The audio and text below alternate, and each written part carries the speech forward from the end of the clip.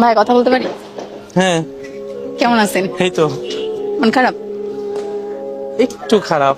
না, অনেকক্ষণ দেখতেছি একা একা দাঁড়িয়ে আছেন। হ্যাঁ, অনেকক্ষণ দাঁড়ায় আছি। কি হয়েছে? কিছু না, একটু মন খারাপ, কোন একটা মানুষের কথা ভাবছি। বলা যাবে? তেমন কিছু না, কোন একটা কাছের মানুষের কথা ভাবছি। তার খুব মনে পড়ছিল। কিছু কাছের মানুষ থাকে না, যার কথা খুব মনে পড়ে, কিন্তু কিন্তু মানে তার কথা মনে পড়ছে, কিন্তু বলার মতো বা কারো কাছে প্রকাশ করার মতো কোনো কিছু নাই, বা প্রকাশ করার মতো কোনো অপশন থাকে না, তেমন কিছু।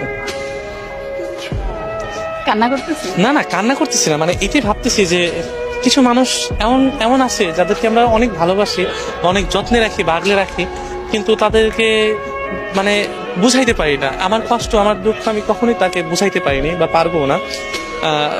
মানে আমার যে মানে তার সাথে কথা বলারই অপশন আছে, বাট কথা বলতে পারছি না, বা ইচ্ছা আছে উপায় নাই, বা উপায় আছে ইচ্ছা নাই। বিষয়টা এমন যে কিছু আপন মানুষ বা কাছের মানুষ থাকে যারা কিনা খুব নির্মম ভাবে ঠকায়, আর যখন ঠকায় না, তাদের সাথে কথা বলার ইচ্ছাটা মরে যায়। তাই আমার ক্ষেত্রে এটা হয়েছে, দাঁড়ায় দাঁড়ায় তার কথা ভাবছি যে মানুষটাকে কত আগলে রেখেছি, কত ভালো জেনেছি বা ভালোবেসেছি, কিন্তু তাকে আজ ইচ্ছা থাকতেও অপশন নাই, বা অপশন আছে বাট কোনো ইচ্ছা নাই, এমন হয়েছে।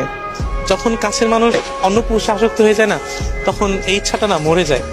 যে কাছের মানুষটা যখন অন্য পুরুষে আসক্ত হয়ে যায় বা 12 পুরুষে আসক্ত হয়ে যায়, তখন প্রথম হয়তো বুঝতে পারিনি, যখন পরে বুঝতে পারি, তখন বুকের বাঁ পাশে এক বুক কষ্ট নেমে আসে, যেটা আমি বা আমার মতো পুরুষ যারা আছে তারা কাউকে বোঝাতে পারবে না, বা কেউ কখনো বুঝাইতে পারবে না।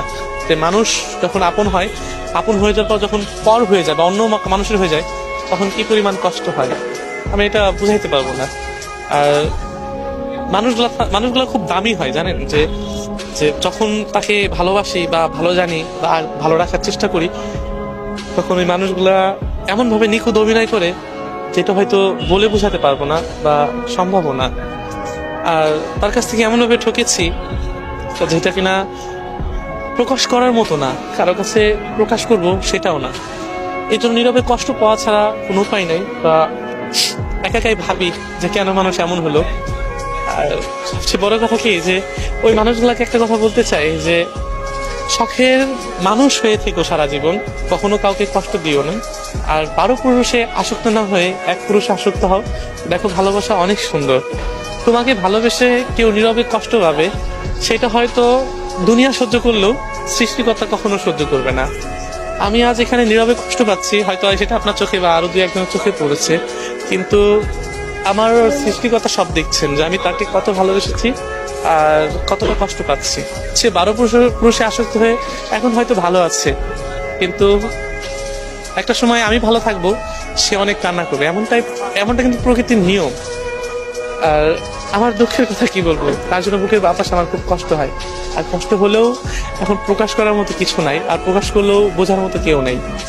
সো এইটাই আমি তাকে এটাই বলতে চাই যে শখের নারী হয়ে থেকেও 12 পুরুষ আসক্ত হয়ে কোনো লাভ নেই। ভালোবাসা সুন্দর, তবে যদি ভালোবাসার মানুষটা সঠিক হয়। ভালো থাকুক, সবার ভালোবাসা।